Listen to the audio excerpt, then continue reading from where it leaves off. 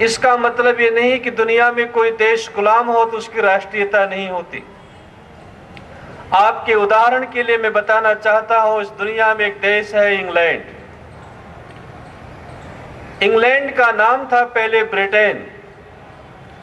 Britain, Scotland, Ireland, ये तीनों मिलकर के यूनाइटेड किंगडम बने।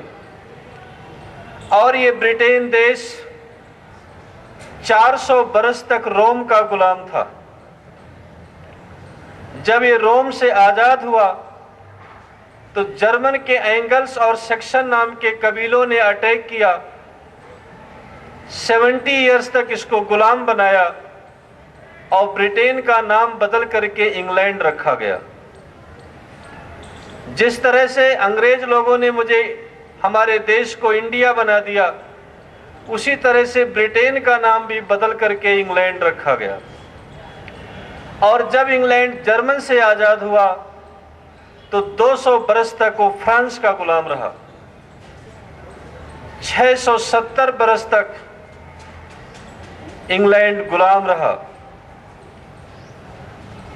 जर्मनी के कार्ल मार्क्स का जादू रूस पर चला, चाइना पर चला, हंगरी पर चला, भारत अफगानिस्तान में असर पड़ा, लेकिन उनका जादू इंग्लैंड में नहीं चला। जो उन्होंने दास कैपिटल नाम की बुक इंग्लैंड में बैठकर लिखी थी और वहाँ पर उन्होंने दिलो दिमाग में वहाँ की प्रजा में राष्ट्रीयता पैदा कर दी। अगर आप ये सोचते हैं कि मल्टी कल्चर है, मल्टी लैंग्वेज है तो हमारे अंदर एकता नहीं आ सकती, तो इस दुनिया में एक देश है स्विट्जरलैंड, और आपको जानकर ताज्जुब होगा, स्विट्जरलैंड एक ऐसा देश है जिसके पास कोई एक सेना नहीं है। स्विट्जरलैंड सेना के ऊपर, डिफेंस के ऊपर 1 रुपये खर्च नहीं करता और दुनिया की सरप्लस मनी को 70% अपने बैंकों में रखता है। वहाँ का बच्चा बच्चा अपने आप में सोल्जर है, अपने आप में सैनिक है, और जब देश को आवश्यकता होती है तो हर इंसान युद्ध करने के लिए तैयार हो जाता है। देश को आवश्यकता होती है तो हर इंसान कुर्बानी देने के लिए तैयार हो जाता है। वहाँ भी डच है, रोमन है, कैथोलिक है, प्रोटेस्टेंट है, हिंदू, सिख, मुस्लिम भी है, और 65% स्विट्जरलैंड में रिफ्यूजी हैं। और वो दुनिया में बड़े शान और सभ्यता से जिंदा है और दुनिया के सभ्य समाज में उनकी एक पहचान है। स्तंभ आधार पर हमको शिक्षा दी जाएगी।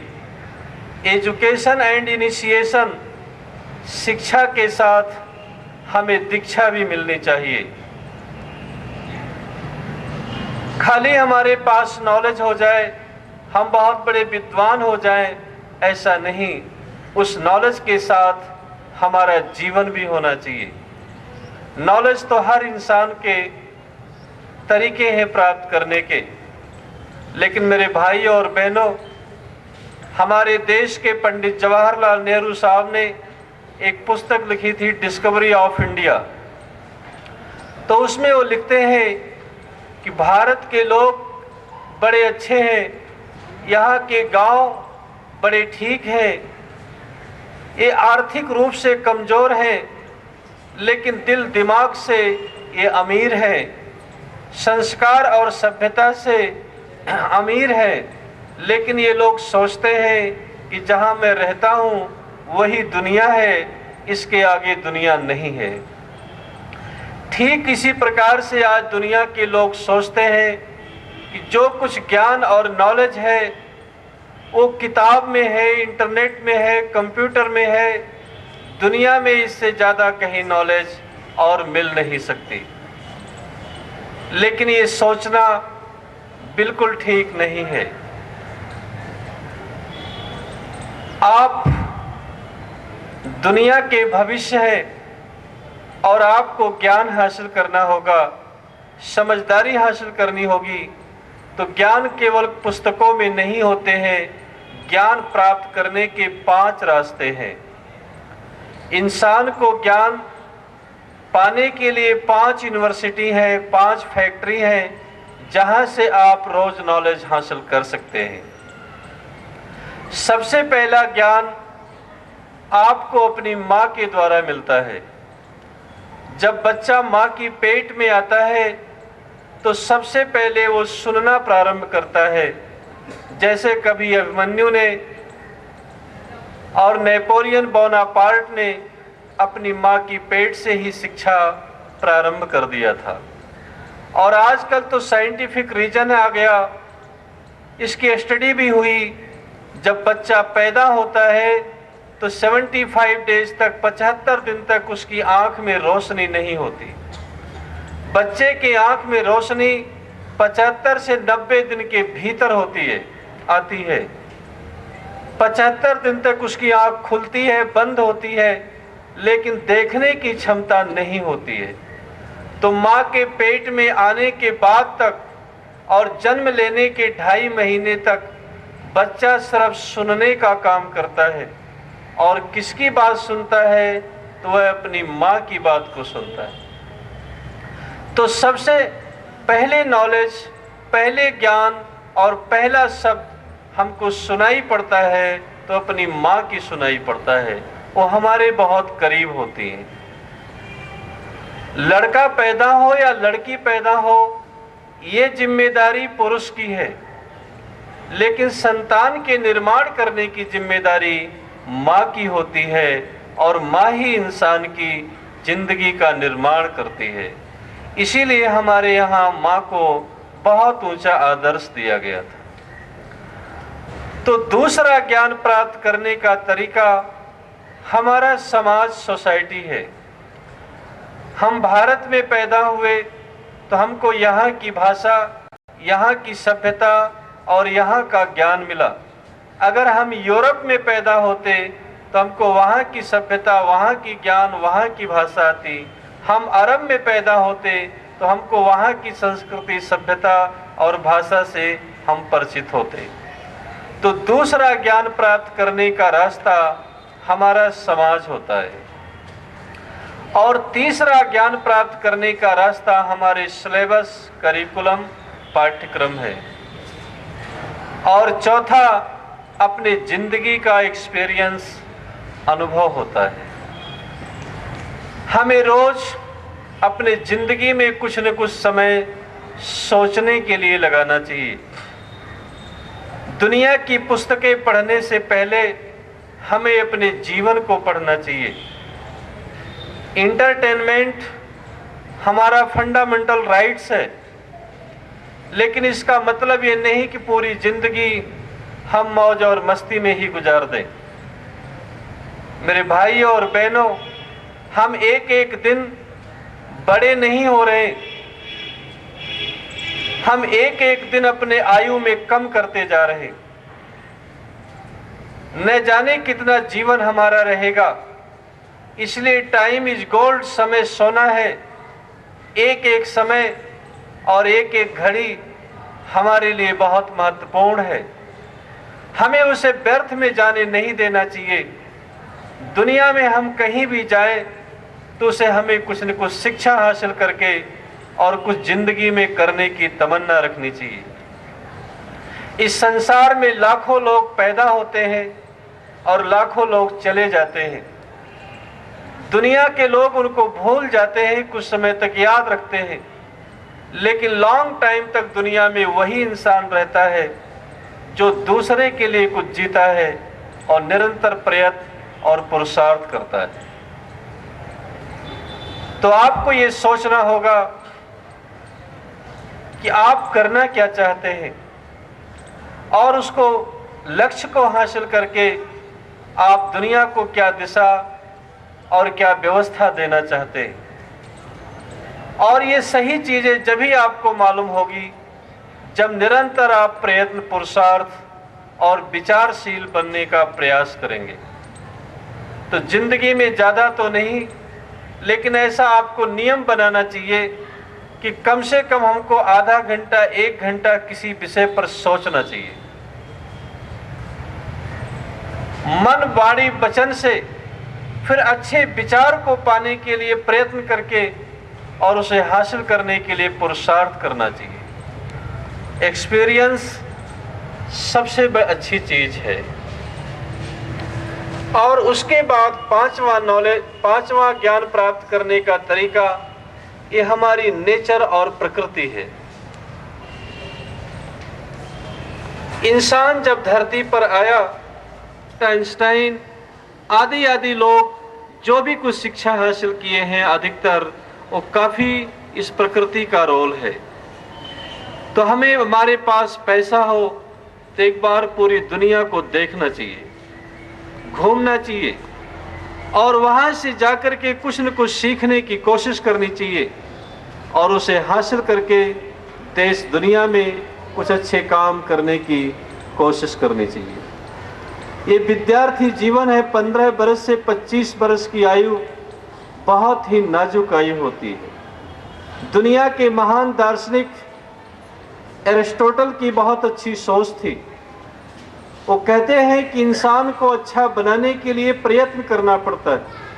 पशु पक्षी को अच्छा बनाने के लिए थोड़ी गाइड की जरूरत होती है, लेकिन इंसान के लिए तो पूरी जिंदगी देनी पड़ती है। वो कहते हैं माता पिता अच्छे हैं तो जरूरी नहीं संतान अच्छी हो जाएगी। संतान को अच्छा बनाने के लिए प्रयास करना चाहिए।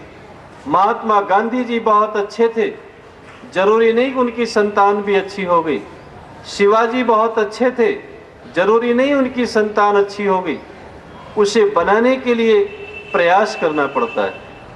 तो एरिस्टोटल का उस समय सोच था कि 1 बरस से 5 बरस तक बच्चे से प्यार करना चाहिए।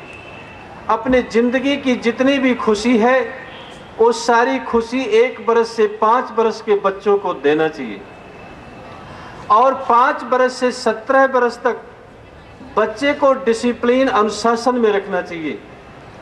जो माता पिता 5 बरस से 17 बरस के बच्चे के साथ प्यार करते हैं, 5 बरस से 17 बरस के बच्चे की गलतियों की उपेक्षा करते हैं, वह टीचर, वह पेरेंट्स उस बच्चे के जिंदगी के साथ खिलवाड़ करते हैं, उसकी जिंदगी को बर्बाद करते हैं। तो 5 बरस से 17 बरस तक उसे कठोर अनुशासन की आवश्यकता होती है और 17 बरस से 25 बरस तक बच्चों को सही मार्गदर्शन की आवश्यकता होती है। ये लाइफ बहुत इमोशनल लाइफ होती है। हमारा दिल साफ होता है, हम बहुत इमोशनल होते हैं, लेकिन सोचने समझने की शक्ति बहुत कम होती है। और जब इंसान भावुक होता है, जब हमारे अंदर इमोशन अधिक होती है, उस समय हम अपने विवेक को, बुद्धि को खो देते हैं। तो थोड़ी सी भूल में हम ऐसे बहुत सी गलतियां कर जाते हैं जो हमको पूरी जिंदगी पछताना होता है। और हम ऐसे अच्छे काम भी कर जाते हैं जो दुनिया के लोग याद करते हैं। तो हमारे पास वो अवसर है। 15 बरस से 25 बरस की आयु कुदरत ने हमको अच्छी ताकत, अच्छा स्वास्थ्य, सब कुछ दिया है।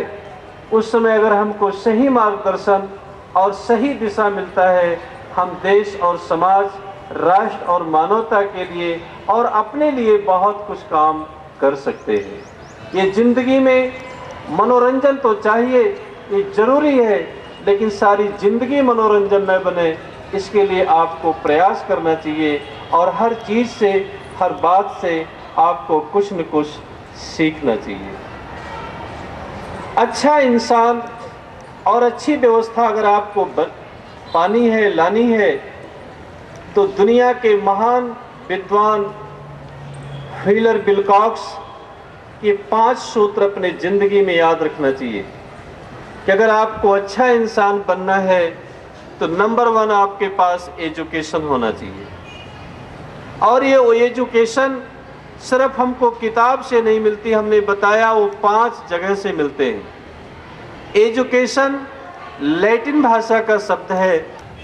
अगर ऐसा होता तो लैटिन विद्वान लोगों को एजुकेशन का अर्थ कुछ और करना पड़ता।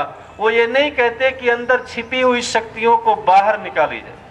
तो आपके अंदर जो शक्ति है उसी को डेवलप करने का नाम ही शिक्षा है। आपके अंदर कोई बाहर से ला करके ज्ञान हासिल नहीं कर सकता है। अगर ऐसा होता तो ये एजुकेशन का अर्थ दुनिया के विद्वान कुछ और करते। शिक्षा आपको हर जगह मिलती है। ये 5 जगह से ज्ञान आपको अपने अंदर कलेक्ट करना चाहिए और उसे सोचना चाहिए, समझना चाहिए और उस पर विचार करना चाहिए। नंबर 1 एजुकेशन, और नंबर 2 एक्सपीरियंस, अनुभव जो मैंने आपको बताया, और नंबर 3 ऑनेस्टी, ईमानदारी। जिंदगी में कभी भी ईमान को हमें नहीं खोना चाहिए।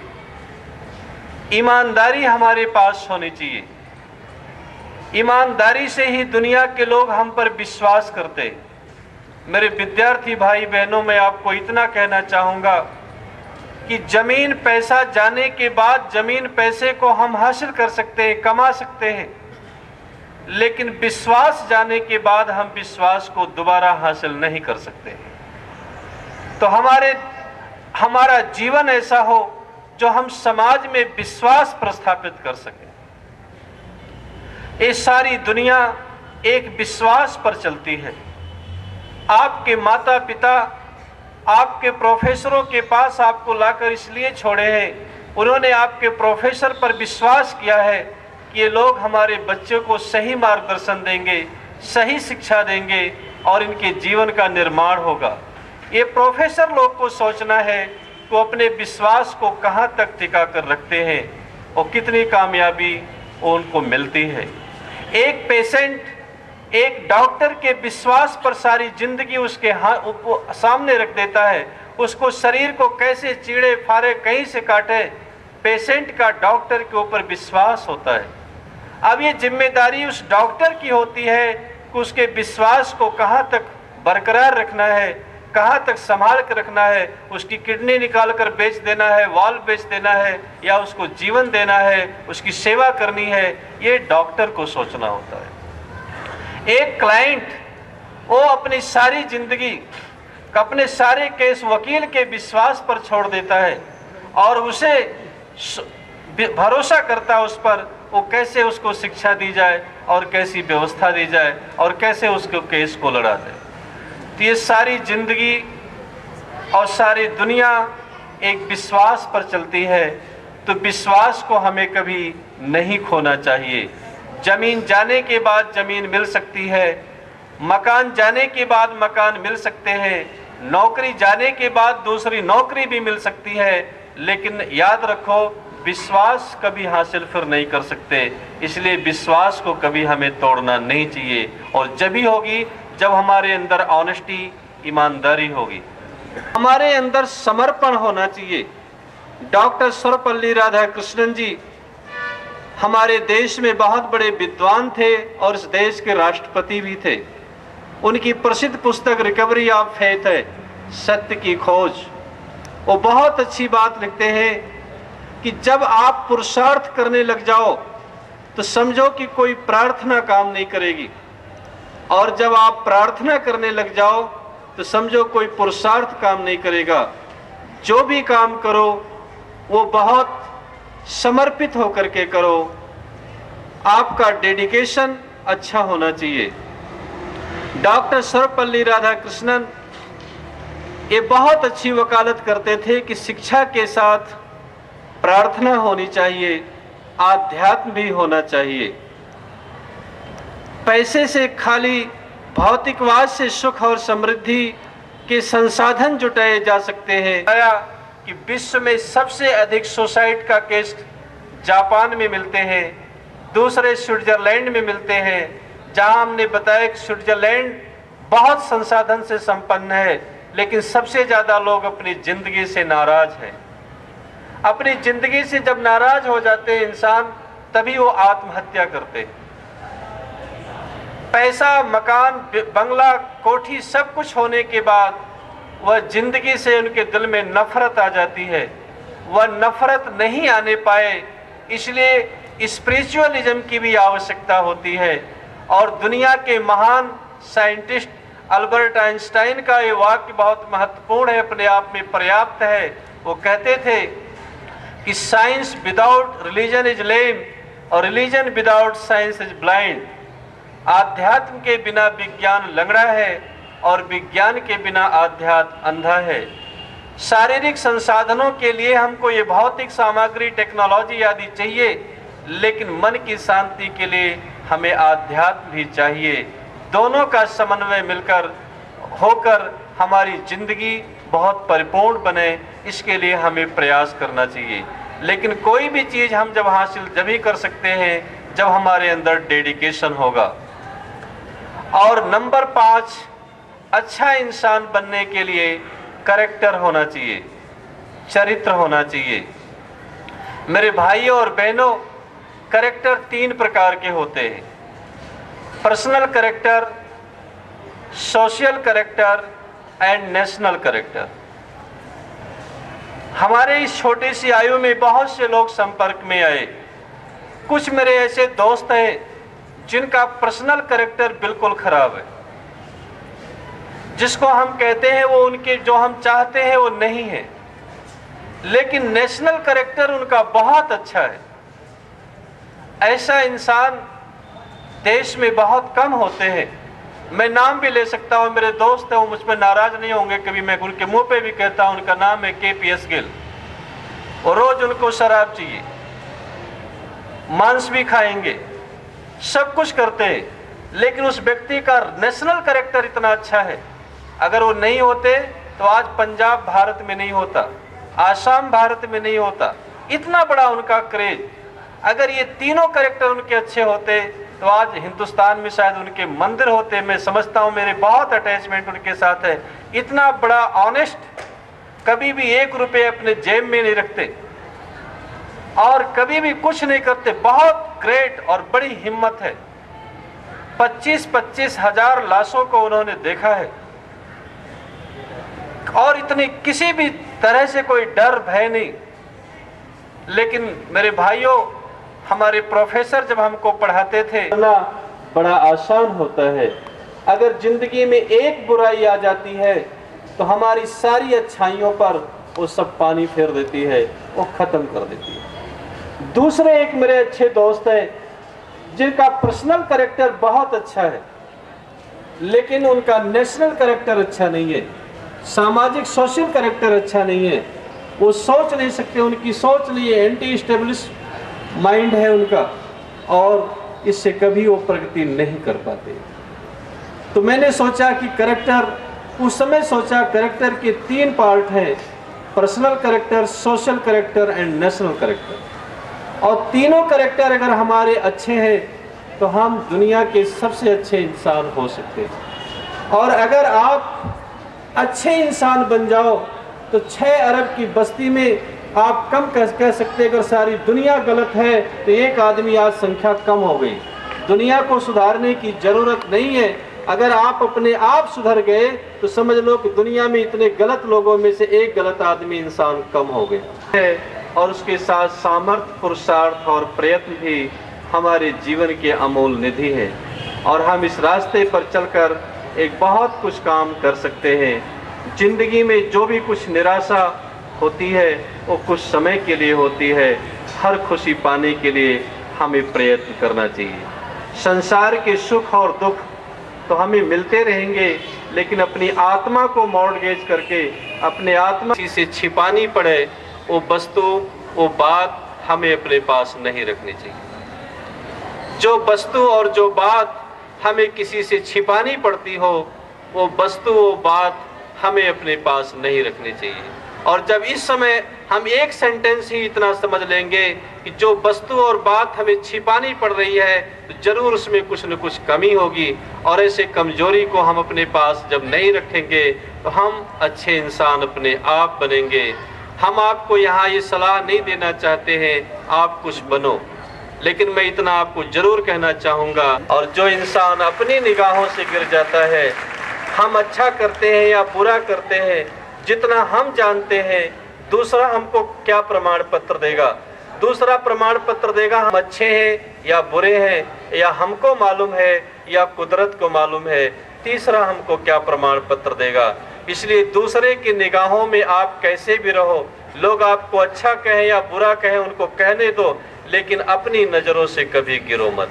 और जो इंसान अपनी नज़रों से गिर जाता है उसे बहुत मुश्किल होती है। इसलिए अपना कॉन्फिडेंस अपने आप रखो। जय हिंद, जय भारत, आभार।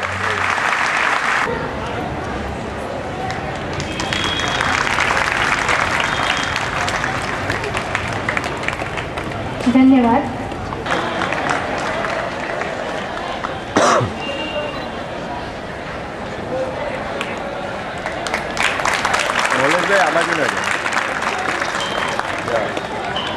વિદેશભાઈ અર્થશાસ્ત્ર, પરીક્ષાબેન અશોકભાઈ હિન્દી વિષય। આપણે તાળીઓથી આ વિદ્યાર્થીઓને વધાવીશું। પટેલ દિશાબેન અશોકભાઈ, મહિલા દિવ્યાબેન મનુભાઈ ગુજરાતી વિષય। ગોહિલ કેતનકુમાર ઉદેશી અર્થશાસ્ત્ર। બરવા ટીનુભાઈ ગુજરાતી વિષય। વોહરા શિરીનબેન સમાજશાસ્ત્ર। વોહરા શિરીનબેન સમાજશાસ્ત્ર વિષય। મકવાણા કોકિલાબેન સમાજશાસ્ત્ર વિષય। સૈયદ નસીમ અર્થશાસ્ત્ર। પટેલ હેમંત કુમાર હિન્દી વિષય। સોઢા પરમાર ખુમાન સિંહ હિન્દી વિષય। બારડ પ્રકાશભાઈ હિન્દી વિષય। નિશાબેન પ્રફુલભાઈ સમાજશાસ્ત્ર। બારિયા તલ્લિકાબેન ઇતિહાસ। મૈડા પ્રિયંકાબેન હિન્દી વિષય। બારિયા કલાવતીબેન ઇતિહાસ। બારિયા કલાવતીબેન। વાણંદ તારાબેન હિન્દી વિષય। પરમાર ફ્લોરેશન હિન્દી વિષય। પરમાર ફ્લોરેન્સ। વડવાઈ કોકિલાબેન। રાઠોડ સંજય કુમાર। પટેલ ડિમ્પલબેન। ગોહેલ અમિત કુમાર। કાજી સાહિદ ગુજરાતી વિષય। પરમાર સ્વીટીબેન હિન્દી વિષય। છાસટિયા વર્ષાબેન હિન્દી વિષય।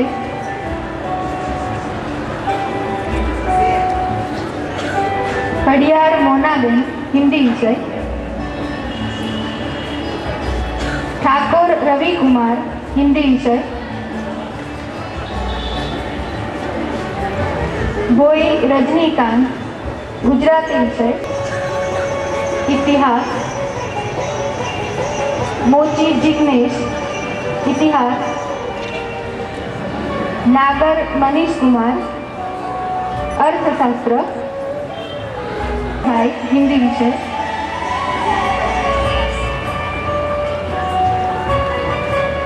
ડોડિયા બાબુભાઈ હિન્દી વિષય। પ્રજાપતિ નરેશ કુમાર। રાઠોડ જયેન્દ્ર સિંહ હિન્દી વિષય। ગોહેલ રમેશભાઈ ઇતિહાસ। ચૌહાણ જયદીપ સિંહ હિન્દી વિષય। રાજવી હરેશ કુમાર हिंदी विषय। पटेल कल्पेश कुमार। भोजिया मुकेश भाई। बारिया मनोहर भाई। डामोर कमलेश भाई गुजराती विषय। परमार भावनाबेन हिंदी विषय। मलेक रिजवाना बानू हिंदी विषय। राठौड़ चंद्रिकाबेन हिंदी विषय। परमार वर्षाबेन गुजराती विषय। प्रजापति नीताबेन। परमार पुष्पाबेन समाजशास्त्र। गोहिल रविंद्र इतिहास। રાવલ પ્રીતિબેન, મહિડા દિવ્યા ગુજરાતી વિષય, પટેલ વિરલબેન, આમલિયારા ભરતભાઈ, મલેક ફિરોઝ મિયા હિન્દી વિષય, વોહરા સબાના અર્થશાસ્ત્ર, શર્મા અનિતા હિન્દી વિષય, ગાડી જીવંતીબેન અર્થશાસ્ત્ર, ગાડી ઇલિઝાબેથ હિન્દી વિષય, રાઠોડ અશ્વિન કુમાર હિન્દી વિષય, રાઠોડ શંભુ કુમાર સમાજશાસ્ત્ર, ગોસ્વામી અર્પિતાબેન હિન્દી વિષય, સોઢા ભૂપેન્દ્રસિંહ ગુજરાતી વિષય, ઝાલા હર્ષદ કુમાર હિન્દી વિષય, સોઢા પ્રતાપસિંહ ગુજરાતી વિષય, ઇતિહાસ, ચૌધરી નૈનાબેન હિન્દી વિષય, ચૌધરી સ્વાતિકા ગુજરાતી, ચૌધરી અર્ચનાબેન, ચૌધરી સ્મિતાબેન ગુજરાતી વિષય, ચૌધરી અર્પિતાબેન ગુજરાતી વિષય, ચૌધરી શર્મિલાબેન હિન્દી વિષય, પાંડોર ભરતકુમાર ઇતિહાસ, પાટીલ મીના અર્થશાસ્ત્ર, ગોહેલ આશા ઇતિહાસ, બારોટ પરમાર જોગેન્દ્રસિંહ ગુજરાતી, જોશી સેજલ અર્થશાસ્ત્ર, પરમાર મનહર કુમાર હિન્દી સમાજશાસ્ત્ર, પટેલ મિનેશ કુમાર હિન્દી વિષય, ભરવાડ નરેશભાઈ ઇતિહાસ, ચૌધરી સુનિલ કુમાર ઇતિહાસ, ચૌધરી નીતિન કુમાર ગુજરાતી વિષય.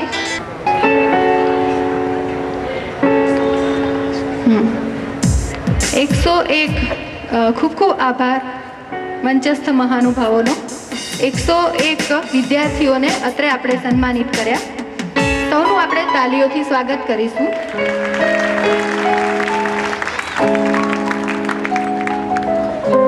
આપણી કોલેજમાં HY, SY અને TYBAમાં પ્રથમ સ્થાન પ્રાપ્ત કરેલ છે બારોટ પ્રકાશભાઈ હિન્દી વિષય.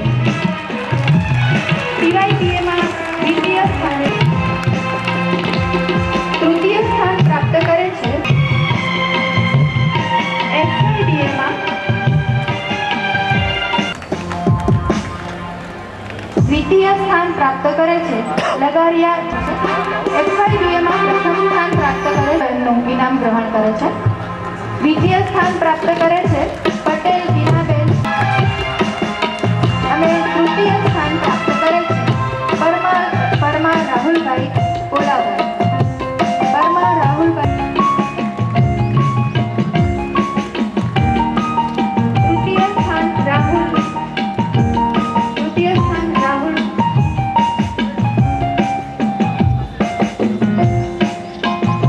અત્રે ઉપસ્થિત રમત ભાઈઓમાં ઠાકોર સંજય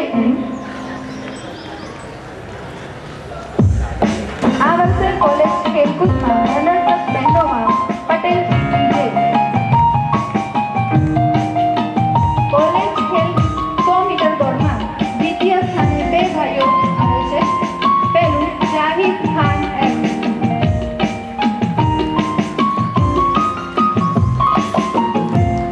જાહિદ ખાન એમ.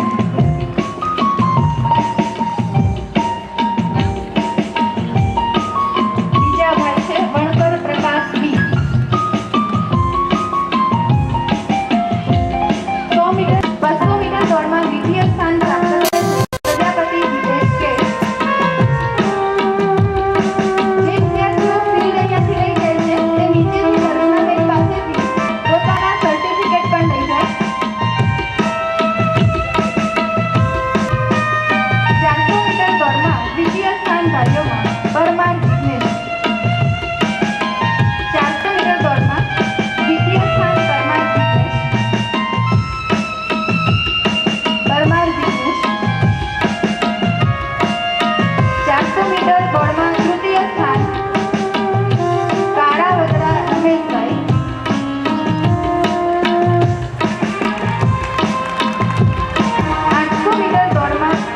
સ્થાન પરમાર અનુપ 800 મીટર દોડમાં ચૌહાણ જીતેન્દ્ર. ઊંચી કૂદમાં દ્વિતીય સ્થાન પટેલિયા જસવંત.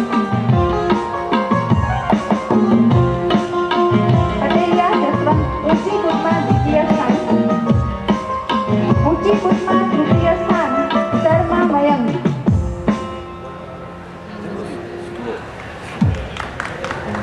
લાંબી કૂદ સ્પર્ધામાં દ્વિતીય સ્થાન ઇનામદાર જિગ્નેશ.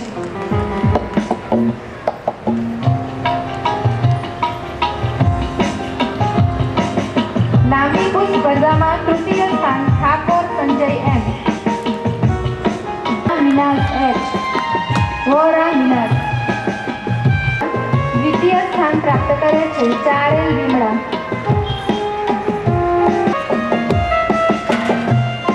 ઊંચી કૂદમાં તૃતીય સ્થાન પ્રાપ્ત કરે છે પટેલ પ્રીતિ.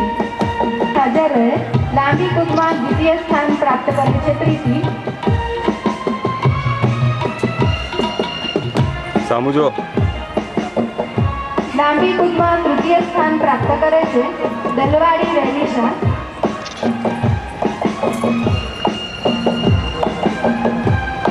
ચક્ર ફેંકમાં દ્વિતીય સ્થાન પ્રાપ્ત કરે છે મલેક સરતાજવાનું.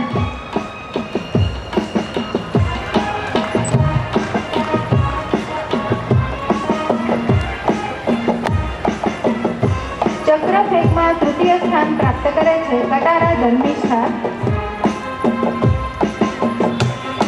તૃતીય સ્થાન પ્રાપ્ત કરે છે કટારા ધર્મિષ્ઠા.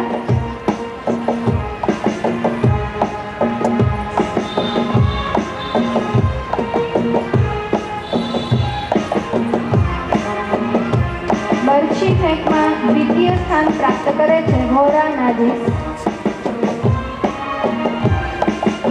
વોરા નાજીસ ઉપસ્થિત નથી. બરછી ફેંકમાં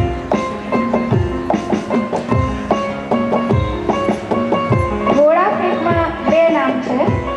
ગોળા ફેંકમાં દ્વિતીય સ્થાન પ્રાપ્ત ફેંકમાં દ્વિતીય સ્થાન મલેક સરતાજબાની.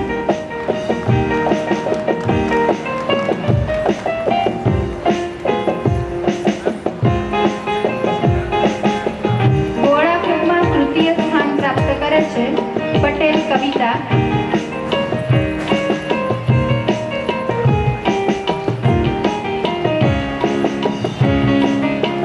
ખૂબ ખૂબ આભાર. પૂજ્ય મણિકાકાનો ખૂબ ખૂબ આભાર.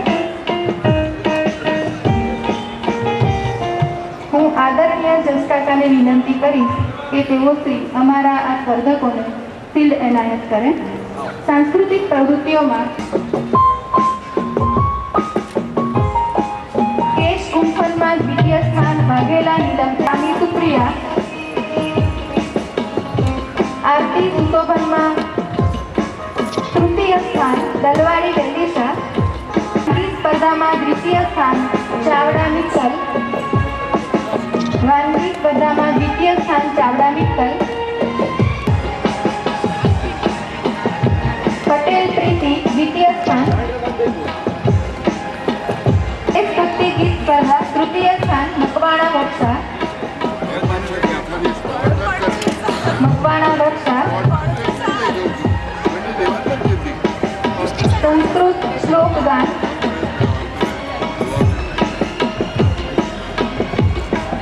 સંસ્કૃત શ્લોક ગાન દ્વિતીય સ્થાન ઝાલા ચેતના. સંસ્કૃત શ્લોક ગાન તૃતીય સ્થાન પટેલ પ્રફુલભાઈ. કાર્ટૂન સ્પર્ધા